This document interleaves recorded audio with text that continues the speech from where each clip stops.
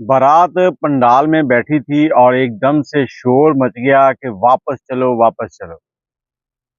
अस्सलाम वालेकुम, मैं हूं आपके साथ अदनान और आज जो कहानी मैं आपको सुनाने जा रहा हूं बहुत ही सबक आमोज है। कभी किसी को रुसवा नहीं करना चाहिए। और साथ ही मैं आपको बताता चलूं, जब ये कहानियां लिखी जाती हैं तो इन कहानियों का सच्चाई से बहुत गहरा ताल्लुक होता है। कहीं ना कहीं पर ये वाकयात बीत चुके होते हैं जो लोगों की जिंदगी खराब कर चुके होते हैं। आज की कहानी भी कुछ ऐसी है। उकाड़ा जिला से वाक़ ये कहानी है एक गाँव की। और गाँव में एक जो टेंट होता है वो लगा हुआ था जहाँ पर बारात आकर बैठी हुई थी। एकदम से दूल्हे ने कहा कि अगर मुझे ये गाड़ी देते हैं दुल्हन के साथ तो मैं इन लोगों के साथ शादी के लिए रज़ामंद हूँ, नहीं तो मैं बारात वापस ले जाऊँगा। और गाड़ी भी कौन-सी टूडी गाड़ी उसने माँग ली। अब कहानी सुनाता हूँ कि असल मसला क्या था। ये बारात लड़के की फूफो के घर आई हुई थी और इस फूफो का जो शौहर था वो कुछ अरसा पहले फौत हो गया था।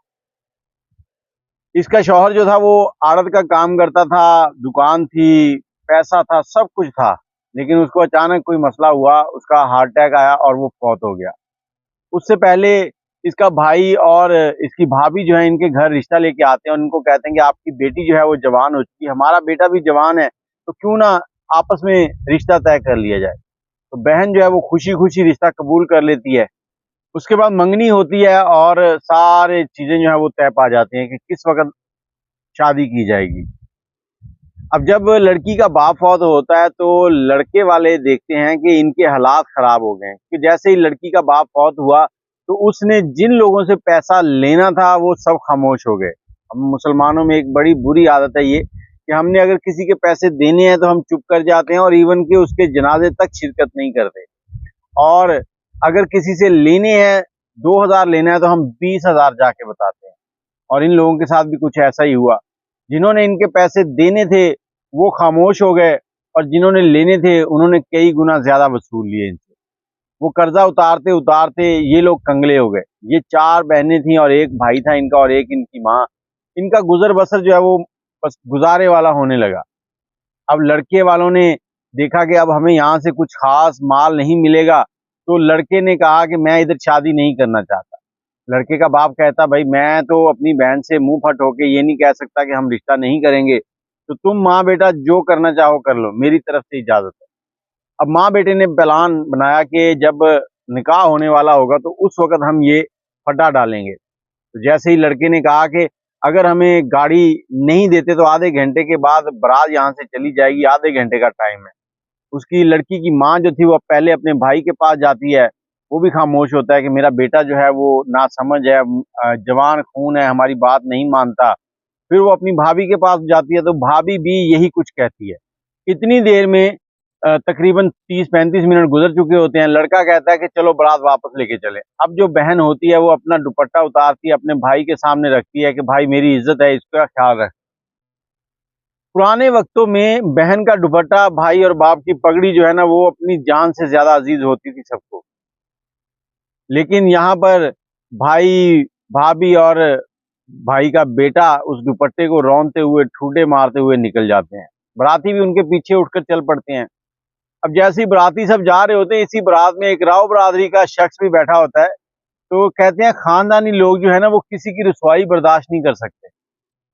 उस राव बरादरी के शख्स ने खड़े होकर लड़की की माँ से कहा कि आप अगर मुनासिब समझें तो मैं आपकी बेटी से शादी करना चाहता हूँ।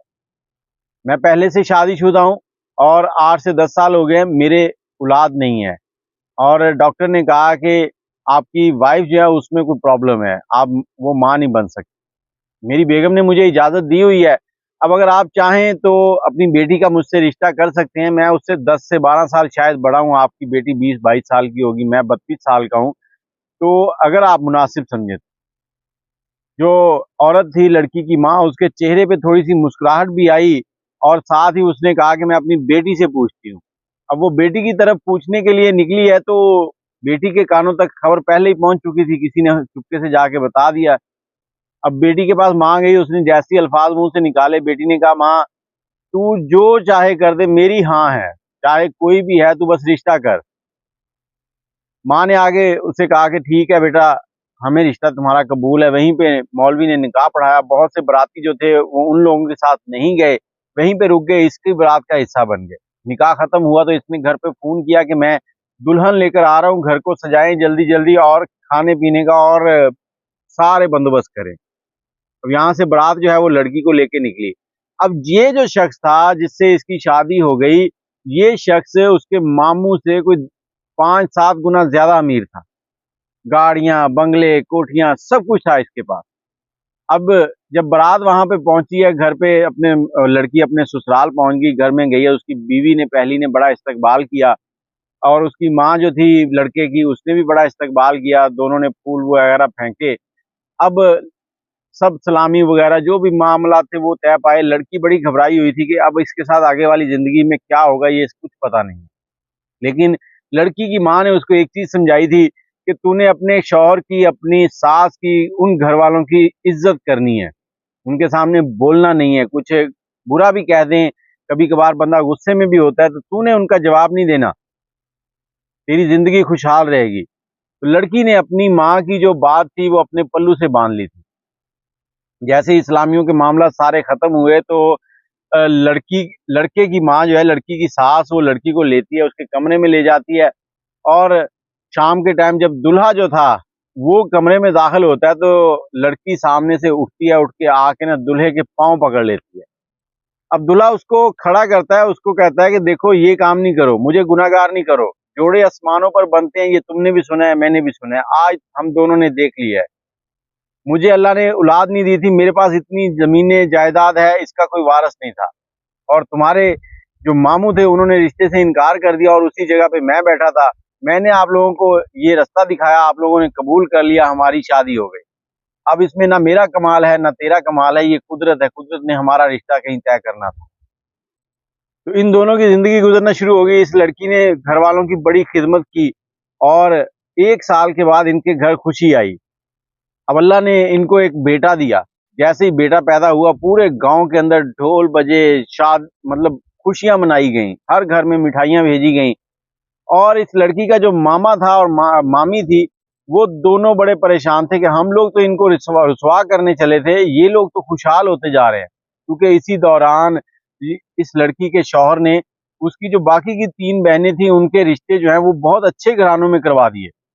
और इस लड़की का जो भाई था उसने पूरी तवज्जो से पढ़ाई की और एक आला अफसर बन गया।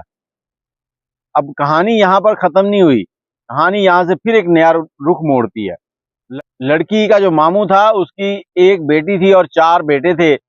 और यहाँ पर कहानी ने जब रुख बदला तो उस लड़की मतलब इसकी मामी जो थी उसके जहन में आया कि इसका भाई जो है वो बड़ा अफसर बन गया है, घर में उसके गाड़ी आ गई है, बड़ा बंगला बना लिया है उसने, तो हम अपनी बेटी का उससे रिश्ता कर दें ताकि हमारी बेटी वहां खुश रहे। अब ये मियाँ बीवी अपनी बहन, मतलब भाई और उसकी बीवी जो है वो लड़की के माँ के पास जाते हैं, जो कि उस आदमी की बहन लगती है जिनके घर से वो रिश्ता ठुकरा कर आए थे। तो वहां जाकर बहन के सामने अपनी पगड़ी रख देता है कि बहन मैं गलत था, मुझसे गलती हो गई है, अब इसका अजाला मैं करना चाहता हूँ कि तुम्हारा बेटा जो है वो जवान हो गया है, हमारी बेटी भी जवान है, तो इनका रिश्ता कर दें। लेकिन लड़के की माँ बड़ी समझदार थी, उसने कहा मैं अपने बेटे से पूछ कर कुछ जवाब दे सकती हूँ। उसने अपने बेटे से पूछा तो उस बेटे ने कहा माँ देख, ये लोग भी वही हैं, मैं भी वही हूँ, तुम भी वही हो, लेकिन अगर कुछ बदल गया तो हमारे हालात बदल गए हैं।